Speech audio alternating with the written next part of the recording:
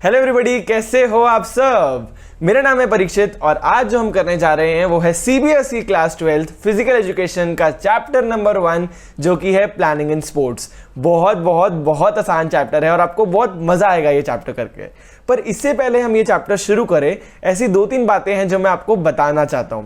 देखो, पहली बात तो ये है कि जितने भी नोट्स से मैं आपको ये काम करवाऊंगा और अगर आपने ये वीडियो बिल्कुल स्टार्टिंग से लेकर एंडिंग तक देख ली है तो आपके मार्क्स की गारंटी मैं लेता हूं, इसके बाहर कुछ भी नहीं आएगा। मतलब कुछ भी नहीं आएगा। आपको एक बुक भी खोलने की जरूरत नहीं है, आपको कोई क्वेश्चंस कोई समरीज करने की बिल्कुल जरूरत नहीं है। दूसरी चीज ये है कि क्योंकि ये पहला चैप्टर होता है ना, तो हमें लगता है कि यार ये पता नहीं सही है कि नहीं, ये पूरा सिलेबस कवर हो रहा है कि नहीं। तो मैं आपको यही बोलूंगा कि फर्स्ट चैप्टर है, आपका टाइम है, आप सारी वीडियोस देखो यूट्यूब पर, जो भी आपको सही लगे, जो भी आपके अकॉर्डिंग हो। देखो, पढ़ाता हर कोई अच्छा है, पर जो भी आपके अकॉर्डिंग हो, जिसका आपको ज्यादा समझ आ रहा हो, आप उसे बाकी चैप्टर्स के लिए फॉलो करो। तीसरी चीज, चाहे आप पेपर में ये 1 दिन पहले देख रहे हो या ये पेपर से 100 दिन पहले देख रहे हो, पर ये वीडियोस उसी अकॉर्डिंग बनाई गई है जिससे आपके सिलेबस पूरा कवर हो A to Z। और इसमें कोई भी डिफरेंस नहीं है कि यार 1 दिन पहले तो हम ऐसे करवा देंगे और 100 दिन पहले तो मैं आपको वैसे करवा दूंगा। ऐसा कुछ भी नहीं है। और हम अभी चैप्टर को शुरू करते हैं। कोई भी डाउट हो, कुछ भी हो, आप मुझे कमेंट सेक्शन में रिप्लाई कर सकते हो, कमेंट कर सकते हो और मैं आपको मेरे इंस्टाग्राम हैंडल CBSE विनर्स पर तो मिल ही जाऊंगा। तो चलो आप शुरू करते हैं। प्लानिंग इन स्पोर्ट्स, नाम क्या है चैप्टर का? Planning in sports. प्लानिंग, सबसे पहले आते हैं प्लानिंग। कोई भी चीज, कोई भी इवेंट को हम कर रहे हैं ऑर्गेनाइज, उससे पहले हम क्या करते हैं? प्लान करते हैं। प्लान करने का मतलब कि यार कैसे करना है उस इवेंट को, कौन करेगा, कब करेंगे, क्या क्या चीजें लगाएंगे। आपकी शादी है, मेरी शादी है, स्पोर्ट्स इवेंट है, कल्चरल इवेंट है, एनुअल फंक्शन है, उसके लिए हम क्या करते हैं? प्लानिंग करते हैं। तो प्लानिंग इन स्पोर्ट्स का क्या मतलब? प्लानिंग तो हम बहुत चीजों के लिए करते हैं, पर क्योंकि ये फिजिकल एजुकेशन का हमारा चैप्टर प्लानिंग इन स्पोर्ट्स, तो हम इस चैप्टर में देखेंगे कि स्पोर्ट्स के अंदर ऐसी क्या क्या प्लानिंग्स है, क्या क्या चीजें हमें चाहिए होती है, किन चीजों को हमें ध्यान रखना होता है, क्या क्या कमिटीज होती है, सब कुछ जो आएगा वो हम इस चैप्टर के अंदर करेंगे। प्लानिंग हम बताओ कब करते हैं? एक इवेंट है जिसके लिए हम प्लानिंग कर रहे हैं, तो क्या वो इवेंट हो जाएगा उसके बाद प्लान करेंगे उसके लिए? नहीं ना। क्या इवेंट हो रहा होगा तब प्लान करेंगे? नहीं। कब करेंगे? कोई भी चीजें जो हम इवेंट होने से पहले सोचते हैं कि हमें ऐसे करना है, वैसे करना है, उस सबको हम बोलते हैं प्लानिंग। तो क्या होता है? Planning is an action done before organising any activity और इवेंट। कोई भी एक्टिविटी को हम ऑर्गेनाइज कर रहे हैं उससे पहले जो भी हम एक्शन, जो भी हम सोचते हैं, उसको बोलते हैं प्लानिंग। प्लानिंग है 4 W's + 1 H। अब भला ये क्या है? देखो, पूरे चैप्टर्स में आप देखोगे ना तो आपको ये छोटी छोटी ट्रिक्स मिलती रहेगी। अब वो ट्रिक्स क्यों? फिजिकल एजुकेशन में यार हर कोई आपको यही बोलेगा कि यार रट्टे मारने का चैप्टर है, रट्टे ही मार रहे हैं, रट्टे ही मारने हैं। रट्टे मार रहे हैं वो बिल्कुल सही बात है, फिजिकल एजुकेशन रनिंग वाला है, पर अगर हम चीजों को समझ के करें, अगर हम एक एक चीज को याद ना करें, पहले समझे फिर याद करें, तो अगर हम पेपर में भूल भी जाएं तो एटलीस्ट ऐसा तो होगा ना कि यार याद है, कुछ ना कुछ तो लिख ही आएंगे। वो बोलते हैं ना, कुछ ना कुछ तो लिख आएंगे, वो चीज आपको इसमें याद रहेगी। प्लानिंग में 4 W's और 1 H क्या है? 4 W's मतलब what is to be done, when is to be done, where is to be done, who is to do it, और 1 H क्या है? how is it to be done। अब इसका मतलब क्या है? सबसे पहले what is to be done, भाई करना क्या है, कौन सा इवेंट है, क्या करना है। when is to be done, कब करना है, आज करना है, कल करना है, 1 महीने बाद करना है, 1 साल बाद करना है, कब करना है। where is to be done, करना कहां पर है? आपको ऑडिटोरियम में करना है, ग्राउंड में करना है, स्कूल के कहीं एरिया में करना है, कोई रिजॉर्ट बुक करना है, वहां पर करना है, कहां पर करना है। who is to do it, बहुत इंपॉर्टेंट। कौन करेगा? हम लोग मिल करेंगे, हम अपने एम्प्लॉयज को हायर करेंगे, वो सब मिलकर करेंगे। कौन करेगा, कैसे करेगा, और कैसे करेगा, कौन करेगा? How is to be done, कैसे करेंगे, क्या क्या चीजें लाएंगे, क्या क्या चीजें करेंगे, how is it to be done. ये चीजें हमें प्लानिंग में आंसर करनी होती है। मतलब आपने कोई भी चीज को प्लान किया, आपको अपने आप से ये 5 क्वेश्चंस पूछने हैं कि यार कौन करेगा, कब करेगा, हमें इवेंट को कब करना है, कहां करना है इवेंट को, कौन करेगा इस इवेंट को, और इस इवेंट को हम कैसे करेंगे। हर फील्ड के अंदर रिक्वायर्ड है, ये मैंने आपको बता ही दिया है। अब हम आते हैं एडवांटेजेस ऑफ प्लानिंग। कोई भी चीज को कर रहे हैं उससे पहले हमें ये तो पता होना चाहिए ना कि हम इस चीज को कर क्यों रहे हैं। तो ऐसे ही प्लानिंग के बहुत सारे एडवांटेजेस हैं। अब इसका फर्स्ट एडवांटेज क्या है? फर्स्ट एडवांटेज है प्रोवाइड्स डायरेक्शन। देखो, अगर आपको पता होगा कि आपको कोई इवेंट को कैसे करना है, तो इससे क्या होगा? हर कोई एम्प्लॉय जो उस इवेंट को सक्सेसफुल बनाने में लगा हुआ है वो एक चीज के अकॉर्डिंगली काम करेगा। जैसे हमने बोला है कि यार कल हमें पूरा टेंट वगैरह करना है, तो क्या होगा, सारे एम्प्लॉइज टेंट का काम संभालेंगे, सारी चीजें लोग एक चीज करेंगे, हमें एक डायरेक्शन मिल जाएगी यार कि हमें ऐसे ऐसे चीजें करनी है। ठीक है, तो क्या होगा, हम एक चीज पे फोकस कर पाएंगे और सारे एम्प्लॉयज हमारे फोकस्ड होंगे। सेकंड चीज क्या है, रिड्यूसेस वेस्टेज ऑफ टाइम। आपको पता है कि कोई भी इवेंट अगर हम पहले से प्लान करके रखें तो उससे क्या होगा, जब इवेंट हो रहा होगा ना उस टाइम टाइम वेस्ट नहीं होगा। अब कैसे, हमें पता होगा कि ये इंसान ये काम करेगा, ये इंसान ये काम करेगा, ये परफॉर्मेंस इसके बाद आएगी। इससे क्या होगा, बीच में कुछ रुकेगा नहीं, तो टाइम वेस्ट नहीं होगा, प्रॉपर कोऑर्डिनेशन होगी कि किसको क्या क्या करना है। तीसरी चीज, श्योर सक्सेस। अगर हमने कोई भी चीज प्लान आउट करी हुई है, कोई भी इवेंट प्लानिंग की हुई है, तो हमें सक्सेस मिलने के बहुत ज्यादा चांसेस है, श्योर है। क्यों है, मान लो इवेंट के दौरान बारिश आ जाती है, क्या करोगे, बंद कर दोगे इवेंट। पर सोचो अगर आपने प्लानिंग करी होती और आप बोलते यार बारिश आ सकती है, मैं पहले ही टेंट लगा लेना चाहिए, तो अब क्या होगा, बारिश होगी तो भी आपकी परफॉर्मेंस और आपका इवेंट खराब नहीं होगा। तो हम क्या हुए, हम फ्यूचर सिक्योर्ड हो गए और हमारा प्रोग्राम स्मूथली रन करने लग जाएगा। ठीक है, तो ये भी एक चीज है। फोर्थ एडवांटेज है सेल्फ कॉन्फिडेंस। कॉन्फिडेंस से बड़ा और कुछ भी नहीं होता लाइफ में भी और इवेंट्स के अंदर भी। अब कैसे, अगर हमें पता होगा कि हमने पहले से प्लान आउट किया हुआ है कि बारिश आएगी तो हमें ये करना है, आंधी आएगी तो ये करना है, चीफ गेस्ट नहीं आया तो हमें ये करना है, कोई भी परफॉर्मेंस के अंदर कोई परफॉर्मेंस नहीं हो पा रही तो हमें ये चीज करनी है। अगर आपको सब कुछ आपका बैकअप क्रिएटेड होगा, प्लान्ड होगा, तो आपको उस टाइम कॉन्फिडेंस रहेगा कि यार ये प्रोग्राम तो अच्छा जाना ही है, इसमें कोई मगजमारी है ही नहीं। उसके बाद है डेवलप्स इंटरेस्ट। देखो अगर आप YouTube की वीडियो देख रहे हो और बीच बीच में वो बफर करने लग जाए, बीच बीच में वो रुकने लग जाए, आपका इंटरनेट कनेक्शन नहीं अच्छा है, तो आपको कैसा लगेगा, आपको थोड़ा सा मजा कम हो जाता ना यार कि क्या है बारी बारी रुक के चल रही है। यही सोचो इवेंट के पर्सपेक्टिव से, आप कोई इवेंट कर रहे हो, आपने पूरी पब्लिक को बुलाया और वो पब्लिक को रुक रुक के परफॉर्मेंसेस दिखे, उसे अच्छा लगेगा, नहीं लगेगा। पर अगर सारा इवेंट स्मूथली हुआ कि ठीक है पहले सिंगिंग हो गई, फिर डांसिंग हो गई, फिर इवेंट हुआ, स्पोर्ट्स इवेंट हुआ, तो क्या होगा, हमारा और पब्लिक का इंटरेस्ट बना रहेगा। इससे क्या होगा, परफेक्ट कोऑर्डिनेशन रहेगी पब्लिक में भी और हमारी भी कि हमें कैसे चीजें को करना है। उसके बाद आते हैं टेक राइट डिसीजंस। ये मैं कैसे बोल रहा हूं कि राइट डिसीजंस, प्लानिंग से हमें राइट डिसीजंस कैसे मिलते हैं। कोई भी चीज को हम प्लान करेंगे तो बहुत लोग मिलके प्लान करेंगे, बहुत लोग मिलके प्लान करेंगे, तो आपको पता ही है ना, सब लोग बोलते हैं यार इस चीज को ऐसे कर सकते हैं, इस चीज को ऐसे कर सकते हैं, इस चीज को ऐसे कर सकते हैं। इससे क्या होगा, बहुत सारे ऑप्शंस मिलेंगे आपको चूज करने के लिए और फिर आप एक फाइनल डिसीजन चूज कर सकते हो जो आपके लिए बेस्ट हो। फॉर एग्जाम्पल 100 दिन पहले या पेपरों से बहुत दिन पहले अगर आपने ये वीडियो देखी तो आप जज कर पा रहे हो ना कि यार ये वीडियोस मेरे लिए अच्छी है कि नहीं।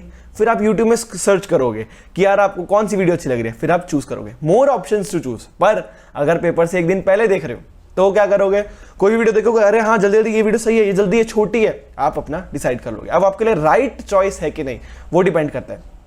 YouTube पे क्या है, आपको 15 वीडियोस, 20 वीडियो, 100 वीडियोस मिलेगी, ऐसी भी वीडियोस मिलेगी जो 15 मिनट में पूरा चैप्टर समझा देंगी। ठीक है, तो अब आपको वो चीज ज्यादा सही आ रही है या आपको लॉन्ग फॉर्मेट पसंद आ रहा है, ये आपको एक राइट डिसीजन लेने में हेल्प आउट कर सकता है। ठीक है, तो इसका ये एडवांटेज है। बीच बीच में मैं अपनी तारीफ करता हूँ शायद, है ना।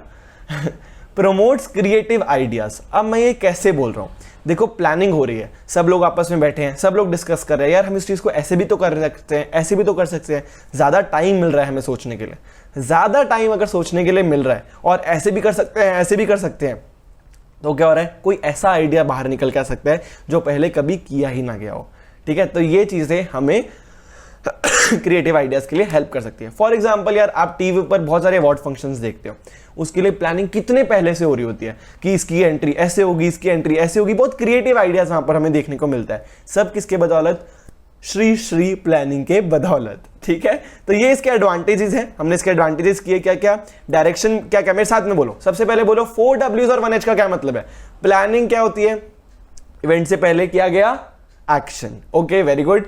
क्या क्या चीजें होती है, 4 Ws 1 H, क्या क्या, व्हाट, व्हेन, वेयर और who is to do it, और 1 H क्या है, how is it to be done. ठीक है, ओके वेरी गुड। साथ साथ में बोलोगे ना तो आपको याद रहेगा और आपको कुछ भी करने की जरूरत एक्स्ट्रा पड़ेगी नहीं।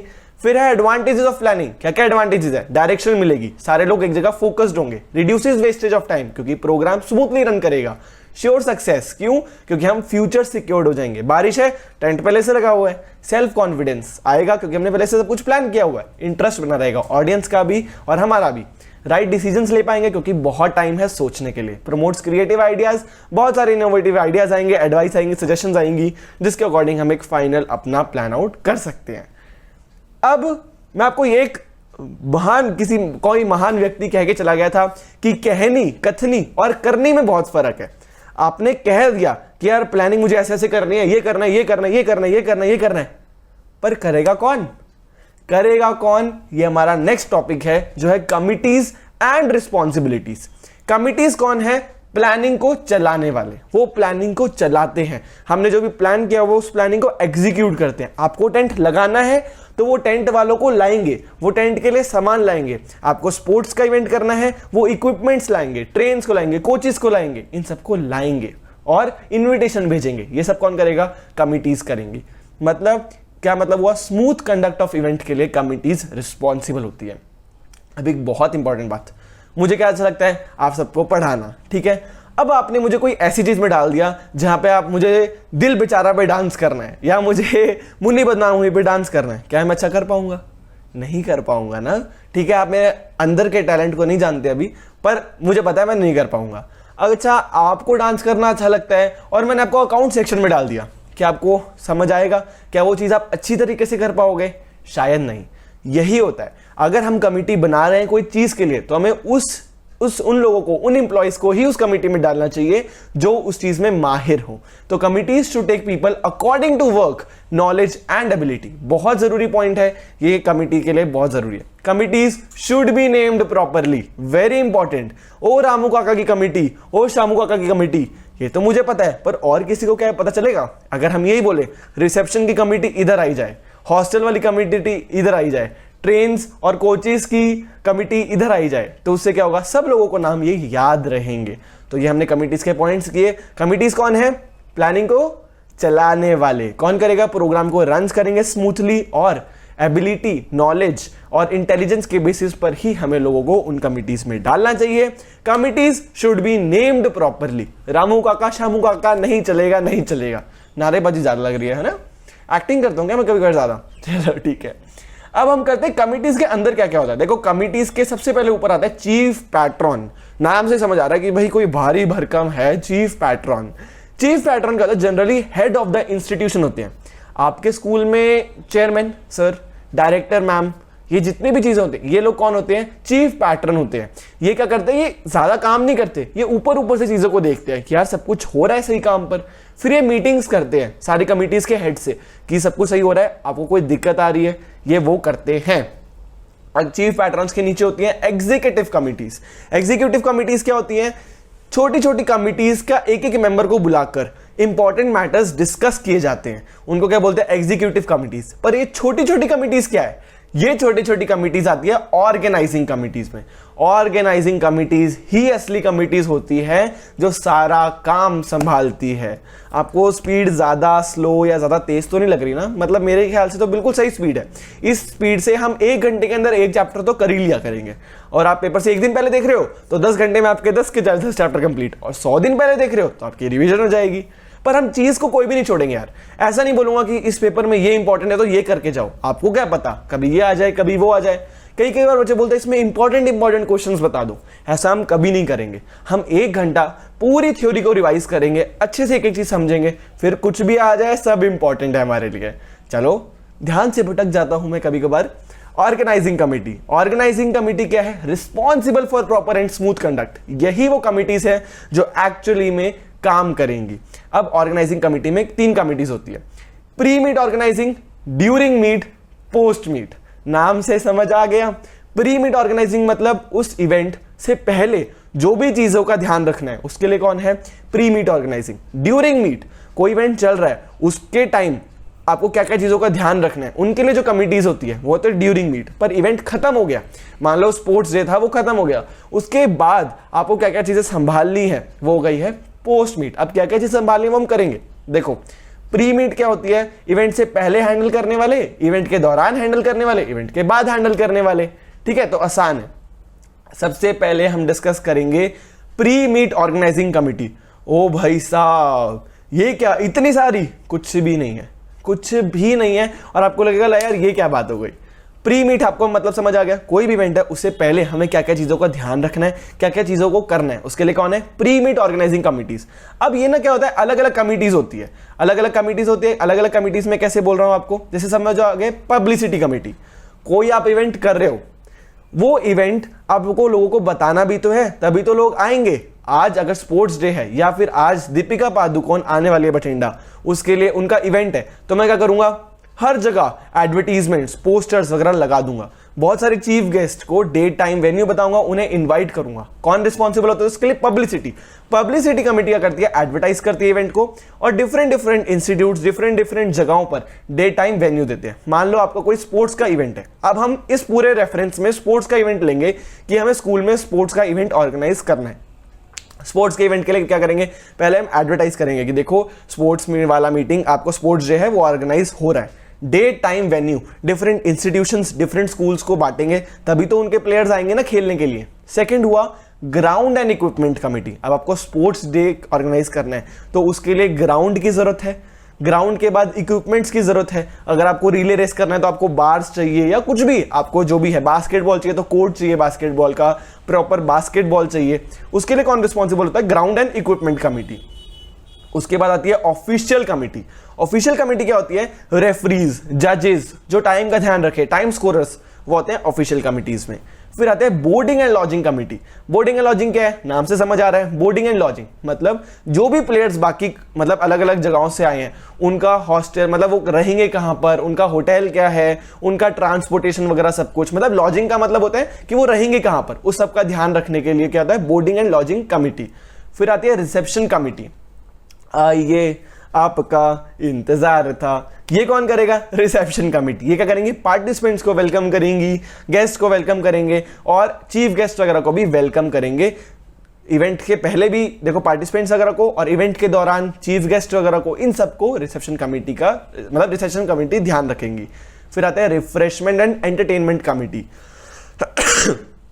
कोई भी गेस्ट है, कोई भी आपका इवेंट चल रहा है, उसके पहले पार्टिसिपेंट्स, चीफ गेस्ट वगैरह सब आएंगे, उनको रिफ्रेशमेंट्स देनी है, उनके लिए कोई आपको एंटरटेनमेंट, जैसे आपने सुना होगा कोई ना इवेंट के बाद बॉनफायर कैंप या डांस डीजे नाइट वगैरह ऑर्गेनाइज कर देते हैं, वो सब एंटरटेनमेंट कमिटीज का काम होता है और रिफ्रेशमेंट कमेटी का काम होता है। तो नाम से बहुत चीजें क्लियर हो जाती है। फिर है ट्रांसपोर्टेशन कमेटी। प्लेयर्स आ रहे हैं होटल से वापस से ग्राउंड में, ग्राउंड से होटल में, कौन ध्यान रखेगा उसका? Transportation committee. ट्रांसपोर्ट प्रोवाइड करेगी ट्रांसपोर्टेशन कमेटी, जिससे प्लेयर्स इधर उधर, चीफ गेस्ट इधर उधर जा सकते हैं।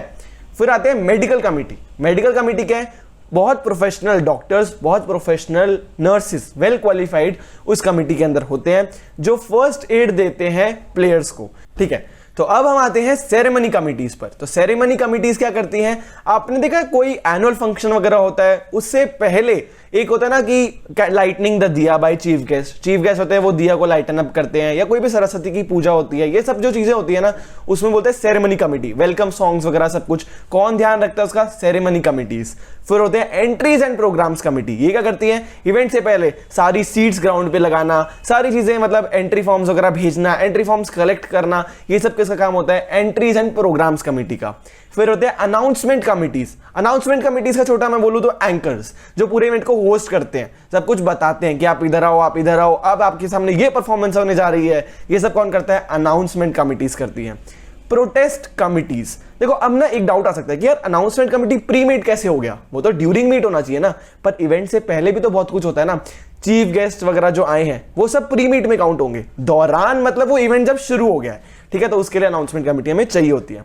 फिर होता है प्रोटेस्ट कमेटी। प्रोटेस्ट कमेटी क्या मतलब कुछ भी हो जाए, कोई मतलब अब मान लो कोई भी फाइटिंग वगैरह हो जाए या कुछ भी क्वारलिंग मतलब बुलिंग वगैरह कुछ भी हो जाए, तो उसका डिसीजन कौन लेता है? Protest committee. तो आपको प्री मीट समझ आए होंगे। पब्लिसिटी जो पब्लिसिटी करे, ग्राउंड एंड इक्विपमेंट जो ग्राउंड और इक्विपमेंट तैयार करे, ऑफिशियल जो रेफरी जजेस स्कोरर्स हो गए, बोर्डिंग एंड लॉजिंग कौन हो गया? जो होटल्स वगैरह का ध्यान रखे, रिसेप्शन कमेटी, आइए आपका इंतजार था, रिफ्रेशमेंट जो रिफ्रेशमेंट प्रोवाइड करे, ट्रांसपोर्टेशन कमेटी जो ट्रांसपोर्ट प्रोवाइड करे अपने प्लेयर्स का और चीफ गेस्ट का, medical committee well qualified nurses, well qualified doctors providing first aid to the players, ceremony committee Saraswati Puja और ये सब जो वेलकम करे, ये सब करे जो वेलकमिंग वाला, वो ceremony committee. Entries and programmes, seats arrange करे, एंट्री फॉर्म्स भेजे, वो सब। अनाउंसमेंट कमेटी, एंकर्स वगैरह जो सब कुछ अनाउंसमेंट करे। और प्रोटेस्ट कमेटी जो डिसीजंस ले, कोई भी अगर होते हैं, मतलब कोई भी बैटल्स वगैरह या कुछ भी फाइट्स वगैरह होती है।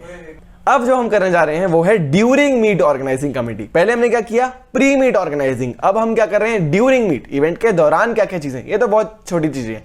देखो ड्यूरिंग मीट में फर्स्ट हो गया टेक्निकल कमेटी।